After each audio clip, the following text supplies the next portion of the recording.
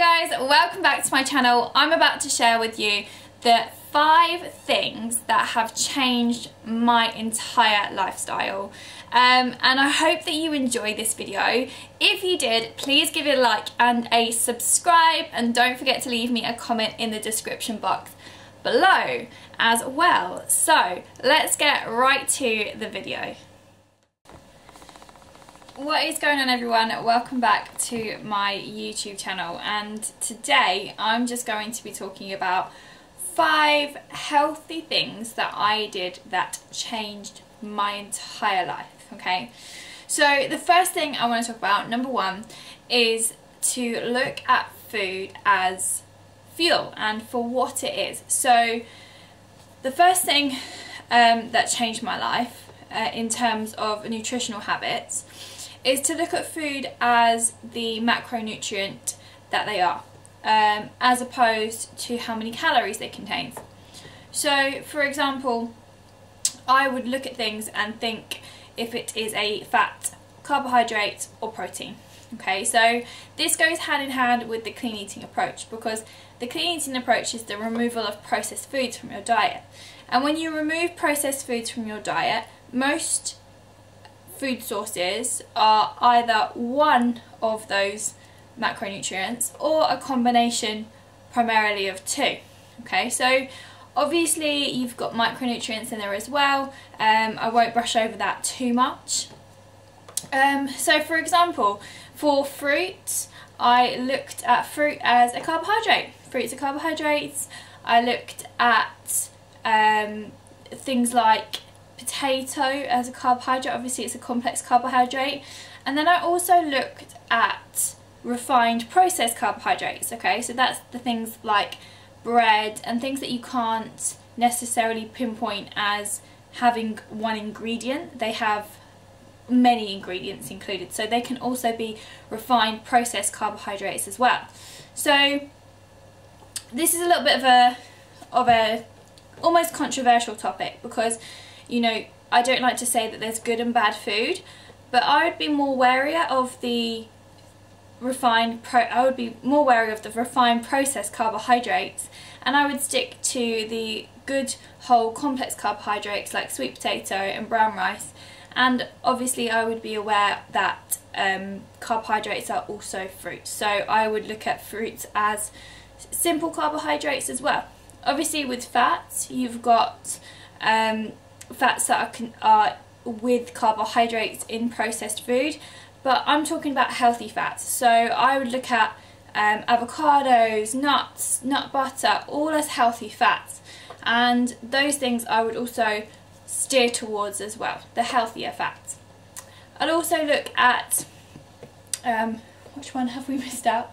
Fats, carbs and proteins, obviously. I would look at protein as being, obviously you've got white protein sources where it's just primarily protein only, which you've got white fish, chicken, egg whites, and obviously whey protein substitute, if that's your thing. And then obviously you've got protein like steak as well, which is protein and fat together. So I would look at food for exactly what it was, not the calories that it contained. And this completely changed my life, because I knew that I had to have a balanced diet of fats, carbs and proteins throughout. So my habits, how they were when I first started, were awful. They were all refined processed carbohydrates, but I wouldn't look at food like that. I would just look at the calories it contained.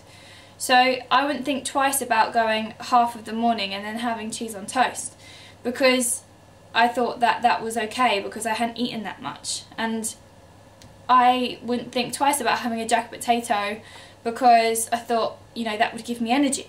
Whereas actually what I needed for energy was all fats, carbs and proteins. I needed, you know, I need good whole sources of food. And when you start to look at food as fuel and as the macronutrient that it is, you start to realise your patterns. So you start to realise what macronutrient you lean towards, you know, how many refined processed carbohydrates are in your diet, because in today's society it's quite common that many people have a highly processed, highly refined, high carb diet because of convenience food and lack of knowledge. So it was really important to me to look at food as fuel and also just fill my diet with whole complex carbohydrates, things like I said, like rice, sweet potato and oats, you know, and things like that, and also sugars from fruit as opposed to sugars from refined processed foods. So that's number one, and it's looking at food as exactly what it is. To number two, okay, and the second biggest thing that changed my life was to consume my carbohydrates post-training. So now I do have them around training too. I do have carbohydrates pre-training. This is because I do heavy weight training and I train a lot myself. But when I first started training, I would put my carbohydrates post-workout. Now this is where the body can utilise those carbohydrates first, because the muscles are depleted of glycogen and they need those carbohydrates to replenish those glycogen stores. So this is the best time to consume carbohydrates. This would avoid me using having a big spike in blood sugar level in the morning when I hadn't trained, and constantly feeling like I was hungry and needed more and more carbohydrates throughout the day, because obviously when you spike your blood sugar level you get that crash again, and I would get this sort of 10-11 AM mid-morning slump where I thought, you know, I was craving those biscuits and things because, you know, I had that big sugar spike. So obviously it has to come back down again. So the best thing I did was save carbohydrates post-training. So if I trained in the morning, wasn't a problem, I'd have them post-training. If I trained, you know, in the afternoon or evening, I would have higher fat and protein meals throughout the day, and I would save my carbohydrates post-training as well. Healthy habit number three. So number three was actually drinking more water. Now, lots of people are going to be like, obviously you've got to drink water, Kirsty, you know, obviously. You know, and I've always been a dancer. I've always trained, you know, when I was at uni I was dancing up to 5 hours a day, as well as studying. But I wasn't drinking enough water, and I found that when I got up I felt sluggish and I didn't feel as though I had as much energy as I could have done. And that's because I was dehydrated, and when you're dehydrated it also makes you hungry, it makes you tired, and it zaps your mood completely. Nothing can function properly without water. So the single best thing I ever did was stop buying little bottles of water and start buying massive, great big 1.5 litre bottles of water, because I would chug it down and I wouldn't feel like it was an inconvenience to, you know, keep buying little bottles of water or anything like that. I used to just drink from bigger bottles, and that made me then drink more. So healthy habit number four, this one is being prepared. So I would be so lazy that I would, you know, not be prepared with my food for the day. So I would just see what I fancied, and then usually what happens is if you just see what you fancy, you get sort of over hungry, you get sort of past hungry, and when you get to that point where you're just past hungry, you try walking in a shop hungry, all you're going to want is the quickest, fastest, sugariest carbohydrates going, because you're hungry by that point. You're not full and you're not fueled.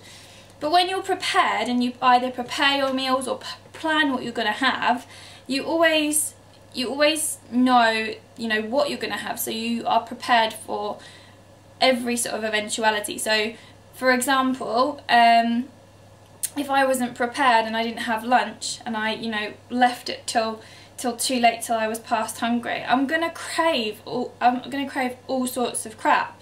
But if I'm prepared and I eat when I'm planning to eat, you know, eat frequently, plan to eat frequently, then I don't get that massive great big sugar crash, and that's what really determines keeping consistent results, is just being prepared.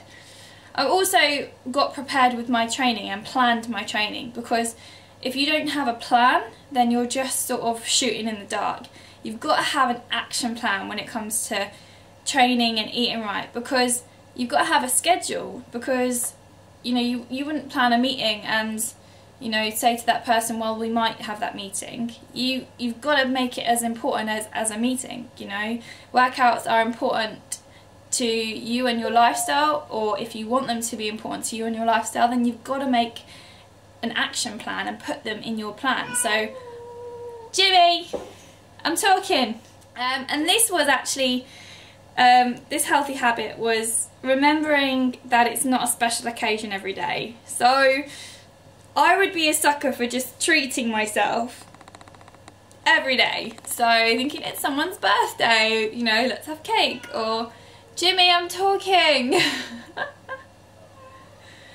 So remembering it's not a special occasion every day makes those off-plan meals, and when you go out for a meal, so much nicer because you really appreciate them. Whereas if you snack on little like crappy bits of refined processed carbohydrates, you know, throughout your day, it's gonna bring your mood down, because that sort of food doesn't give you energy, it doesn't make you feel good, it just gives you a slight bit of sugar, you know, just there and then. It doesn't make you feel good in the long run, and you lose that appreciation for it. You lose that, oh wow, that tasted amazing. So the best thing, number 5, was that remembering it's not a special occasion for every day. This made me really value going out to eat, because I would plan my meals, I would eat really clean throughout the day, and then really enjoy, you know, a meal out, and I still do that now. So number 5 is definitely to remember that it's not a special occasion every single day, and you can treat yourself in more ways than just having, you know, all of the biscuits all of the time. I really hope you enjoyed this video, guys. If you did, please give it a like and a subscribe, and don't forget to leave me a comment in the description box below if you enjoyed this video. I will see you next time.